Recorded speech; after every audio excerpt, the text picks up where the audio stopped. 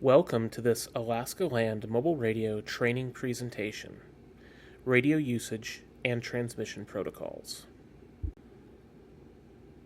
ALMR policy and procedure governs the use of the ALMR system in all manners from system management to user requirements.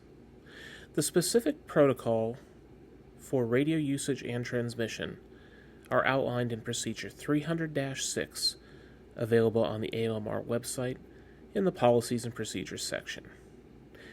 This document outlines standards and procedures for use, and this training will summarize a few key requirements from that policy. The overriding purpose for the ALMR system is interoperability with agencies at all levels during an emergency or disaster. As such, a plain language protocol has been instituted for use during multi-agency responses, emergency situations, and also day-to-day operations. Compliance with this standard for daily operations is requested. It is voluntary. However, when you are dealing with multi-agencies, it is required to utilize plain language when speaking. Using agency-specific jargon, acronyms, or codes may hamper emergency response efforts and may not be understood by every responder on the scene. Utilize the Procedure 300-6 for more information on the Plain Language Protocol, which incorporates the requirements of the National Incident Management System. Ensure that all radio transmissions from your users are professional, concise, and use the Plain Language Protocol. This ensures that access to the system is available for every user, especially users that may have emergency traffic. All users must yield their airtime to identified emergency radio traffic. In general, dispatchers will answer emergency calls, or the incident commander on scene will answer and respond to an emergency. If you are not part of that response, stay off the radio until traffic clears. Test and exercise transmissions should have that clearly announced, especially when on a live radio channel that's being used for daily operations. Make sure that your transmissions say exercise, exercise, exercise, or test 1, test 2, test 3, etc. to ensure that is clear. Make sure you utilize that at the beginning and end of your transmission, as the beginning of transmissions could be cut off or somebody may not have heard the first statement. This ensures clear communication and lack of confusion for any tests or exercises. System capacity, while expanding, is still limited in some areas. The procedure has minimized traffic protocols available should the system become overwhelmed. While this has not been an issue in the past where these protocols have had to be implemented, if there was a large incident, such as natural disaster response or other items that may create an unprecedented level of traffic on the system or in a specific area, those protocols can be initiated from the operations management and system management offices. That is based on system need and will be communicated to users if they come into effect.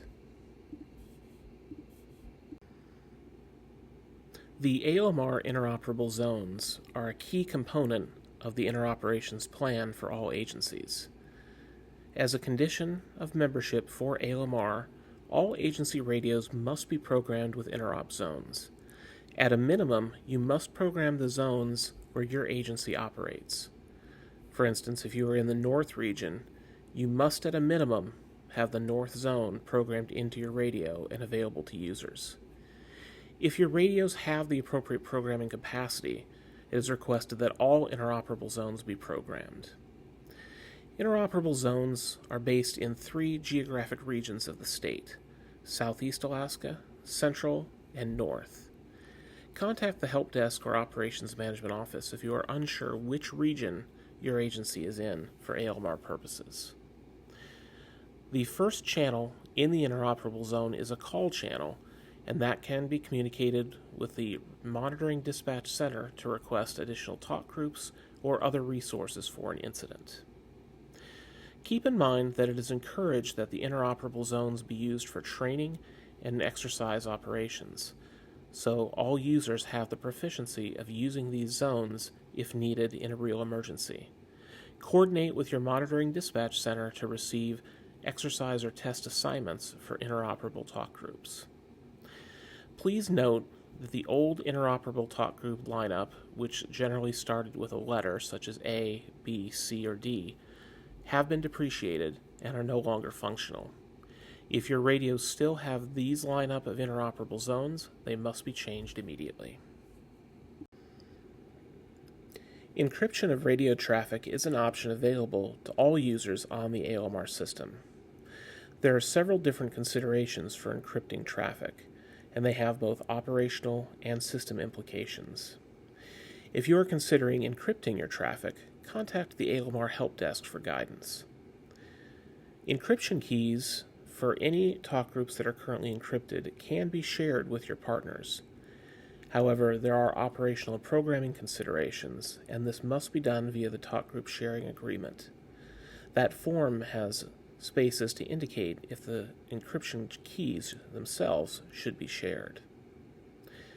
Keep in mind that encryption does not allow for as free of an interoperable communication as clear traffic in the interoperable talk groups. For that reason, encryption is never allowed on shared interoperable channels, such as the central, north, and southeast zones.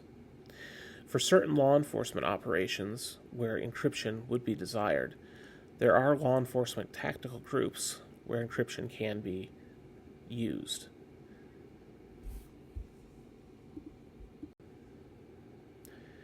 ALMR is a partnership of municipal, local, and federal agencies, which include Department of Defense operations. As such, the ALMR system follows all federal government guidance and regulations on information systems.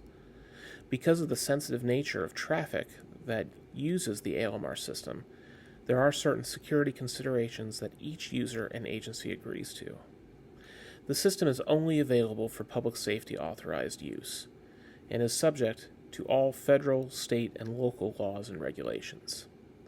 Users agree to not bypass, test system security, or any other steps that may cause an impact to the operations of the system. In addition, as soon as any lost or stolen equipment becomes known, that agency is responsible to notify the help desk immediately and also will be required to file a police report that lists that stolen or lost equipment in the appropriate databases. Expanded information on this topic can be found in Procedure 300-6 on the ALMR website. If you have questions about this training, please don't hesitate to contact the ALMR Operations Management Office or the ALMR Training Specialist for assistance.